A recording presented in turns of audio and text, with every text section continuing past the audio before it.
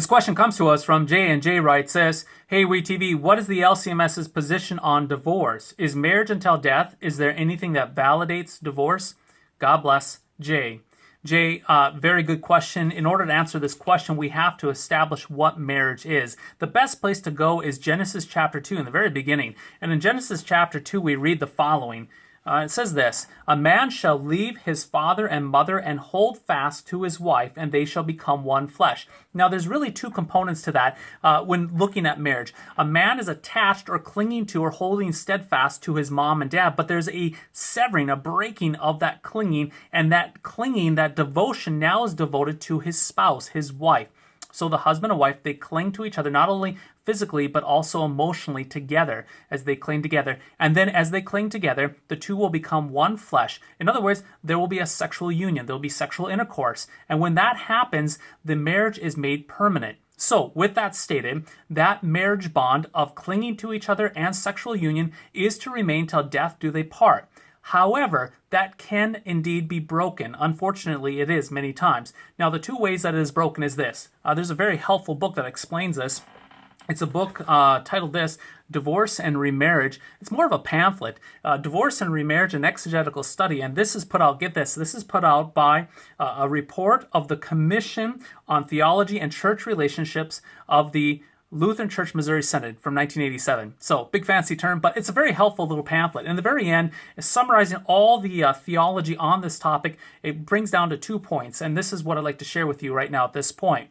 It says this: a spouse who has been willfully and definitely abandoned by his or her partner who refuses to be reconciled and is unwilling to fulfill the obligations of marriage, the marriage covenant, despite persistent persuasion, may seek a legal divorce, which in such a case constitutes a public recognition of a marriage already broken. Now, let me just break that down. In other words, if you have Johnny and Susie, if Johnny completely leaves town and wants nothing to do with Susie, and he says, the heck with the marriage, I don't want anything to do with it, I'm done, I'm gone, well, then Susie can legally divorce without having that burden her conscience. Now, there's another aspect to this too.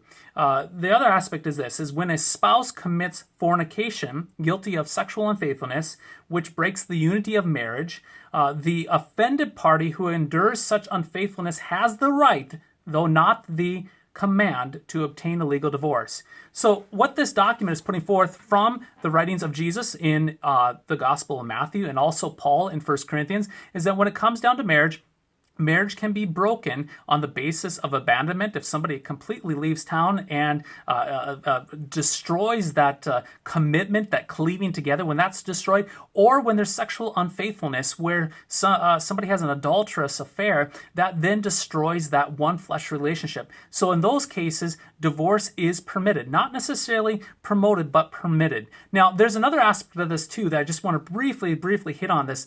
When it comes to the fifth commandment, there's been many times where over the years where you run into a person where they're in a very abusive relationship, and maybe the husband is smacking the gal around and bruising her up and beating her. Unfortunately, I've had to work with situations like that before. In those cases, underneath the guidance of the fifth commandment, which is the preservation of life, those are times where I've had to say to spouses, to women, you need to get a restraining order and leave this jerk. He's abusing you. He's breaking the fifth commandment. So I would say that would be another provision of a divorce if there is physical abuse, because that violates the fifth commandment itself as well. And furthermore, if you think about it, when it comes down to that, the husband is to love his wife as Christ loved the church, and he is to sacrifice and die for her, not be a tyrannical, abusive jerk. He is to die and serve his wife. He's to use his physical strength to protect her and to cherish her and to beloved her, but not use his power and strength to belittle her and beat her. I mean, that's against everything what it means to be a husband and what it means to be a man, and it goes definitely against the fifth commandment.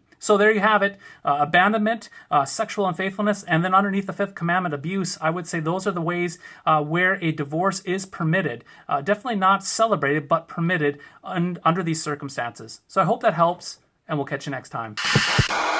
Hey, Lightning Cut watchers, if you want to learn more on this topic, please check out the link below. Peter's going to leave a link for Issues, etc., Talk Radio for the Thinking Christian. Also, there'll be some links for the document that I mentioned in the video and some other resources you can check out. So check it out. You won't be disappointed. Also, 25 comments and 25 likes on this video in YouTube will boost it for others to see.